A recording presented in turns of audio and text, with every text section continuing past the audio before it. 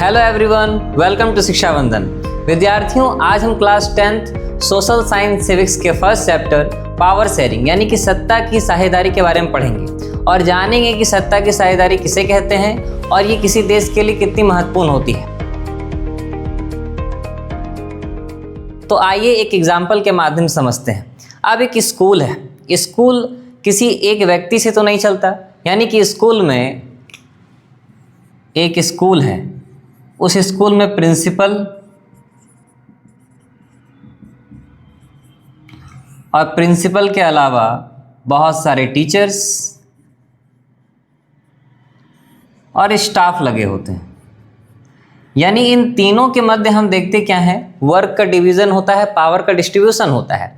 एक स्कूल किसी एक बस प्रिंसिपल से नहीं चल सकता, बल्कि अलग अलग क्लासेस के लिए अलग अलग टीचर चाहिए होते हैं, अलग अलग सब्जेक्ट के टीचर चाहिए होते हैं और ऑफिशियल काम यानी कागज पत्र का काम के लिए अलग अलग स्टाफ लगे होते हैं। तब एक स्कूल को बहुत अच्छे तरीके से कंडक्ट किया जाता है, बहुत अच्छे तरीके से संचालित किया जा सकता है। ठीक इसी तरीके से एक संपूर्ण देश को, एक बड़े कंट्री को चलाने के लिए कोई एक व्यक्ति या एक तंत्र आवश्यक नहीं है, बल्कि उस देश को चलाने के लिए बहुत सारे मंत्रिमंडल, बहुत सारे लोगों के बीच पावर का डिस्ट्रीब्यूशन करना पड़ता है, सत्ता की साझेदारी करनी पड़ती है, यानी कि शक्तियों का विभाजन कर देना पड़ता है। तब एक देश सही ढंग से सुचारू रूप से चल पाता है।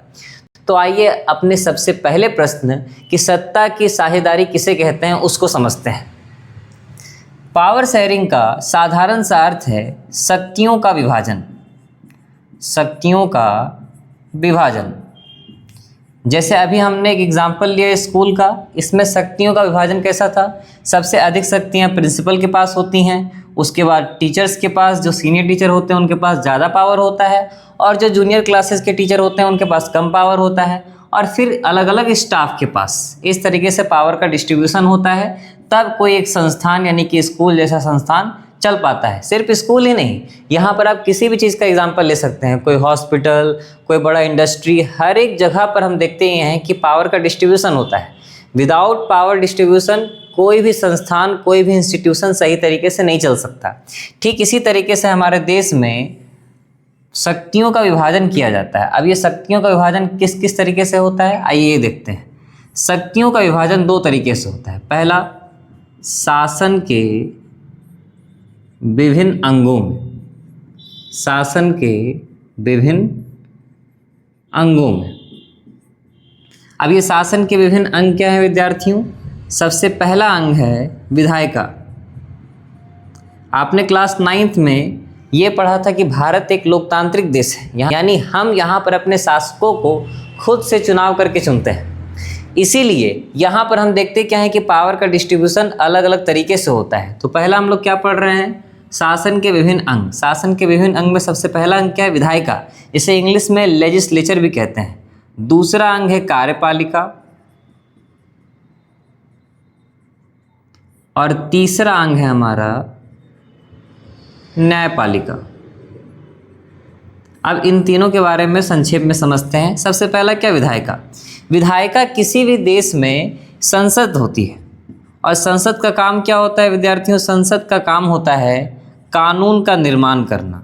कानून निर्माण, किसी भी देश में जो संसद होती है वो कानून को बनाती है, कानून का निर्माण करती है, नीतियों को बनाती है, और विधायिका द्वारा बनाए गए कानूनों को लागू करने का काम कौन करती है?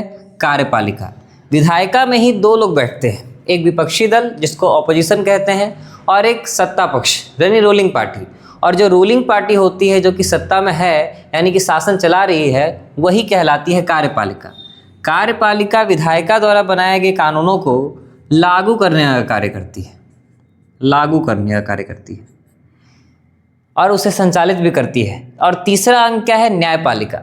न्यायपालिका ये देखती है कि विधायिका और कार्यपालिका द्वारा बनाए गए कानून नागरिकों के हित में है या फिर नहीं है, यानी संविधान में जो वर्णित है नागरिकों के अधिकार, उसकी रक्षा हो रही है या नहीं हो रही है, कहीं किसी के साथ अन्याय तो नहीं हो रहा है। साधारण शब्दों में कहें तो न्यायपालिका का कार्य होता है हर एक नागरिकों को न्याय दिलाना और उसकी अधिकारों की रक्षा करना। न्यायपालिका के 3 स्तर हैं। सबसे उचला स्तर होता है क्या? सर्वोच्च न्यायालय, से सुप्रीम कोर्ट कहते हैं। फिर अलग अलग राज्यों का अपना अपना हाई कोर्ट होता है और सबसे नीचे अधीनस्थ न्यायालय होते हैं। उसके बारे में मैं आपको डिटेल नेक्स्ट चैप्टर में करूँगा। फिलहाल इतना ही। अब कार्यपालिका, विधायिका और न्यायपालिका में जब शक्तियों का बंटवारा किया जाता है तो ये समान बंटवारा होता है, समान बंटवारा। यानी कि यहाँ पर जब बंटवारा हो रहा है तो ये इक्वल डिस्ट्रीब्यूशन हो रहा है, किसी को अधिक किसी को कम नहीं। इसीलिए हम इसे सत्ता की साझेदारी का क्षैतिज वितरण भी कहते हैं, horizontal distribution of power sharing. अब हम दूसरा पॉइंट समझेंगे। दूसरा पॉइंट क्या है? शासन के विभिन्न स्तरों में सत्ता का विभाजन।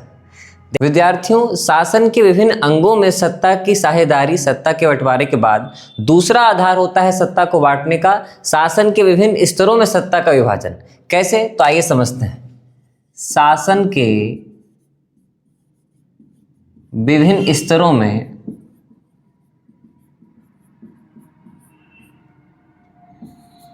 अब ये शासन के विभिन्न स्तर क्या होते हैं विद्यार्थियों? शासन के विभिन्न स्तर होते हैं केंद्र सरकार, दूसरा राज्य सरकार और तीसरा स्थानीय सरकार।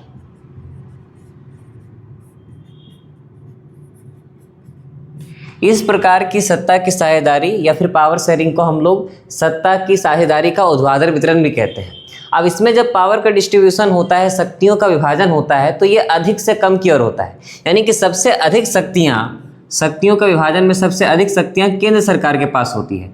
अगर केंद्र सरकार यानी केंद्र सरकार का जो हेड है यानी कि प्राइम मिनिस्टर, हमारे अगर माननीय प्रधानमंत्री देश में कुछ लागू करते हैं, कुछ भी नियम बनाते हैं, तो वो पूरे देश भर में लागू होता है। यानी उनके द्वारा बनाया गया कानून पूरे देश के लिए मान्य होगा। जबकि उनसे कम शक्तियां किनके पास होती हैं? राज्य सरकार के पास। अगर राज्य सरकार कोई कानून बनाती है, कोई नियम लेकर के आती है, तो वो बस एक राज्य के अंतर्गत ही लागू होगा और राज्य के अंदर ही उसको मान्यता प्राप्त होगी। यानी कि हम देखते क्या है शासन के विभिन्न स्तर में कि शक्तियां घटते जाती हैं। सबसे अधिक शक्तियां केंद्र सरकार के पास होती हैं और उसके बाद राज्य सरकार के पास होती है। अब जो देश बहुत ज़्यादा बड़ा होता है, बहुत ज़्यादा विविधतापूर्ण होता है, जैसे कि भारत में भाषा को लेकर के, संस्कृति को लेकर के, यहाँ के भूगोल को लेकर के बहुत अधिक विविधता है। इसीलिए यहाँ पर जनसंख्या भी बहुत अधिक है, जिस कारण से यहाँ पर स्थानीय स्तर की सरकार की भी आवश्यकता थी।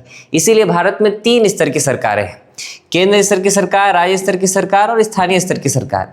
स्थानीय स्तर की सरकार में भी 2 प्रकार की सरकार होती है। एक होती है ग्राम पंचायत या पंचायत समिति, जो कि गाँव में होता है, और एक नगरों में नगर निगम, नगर परिषद।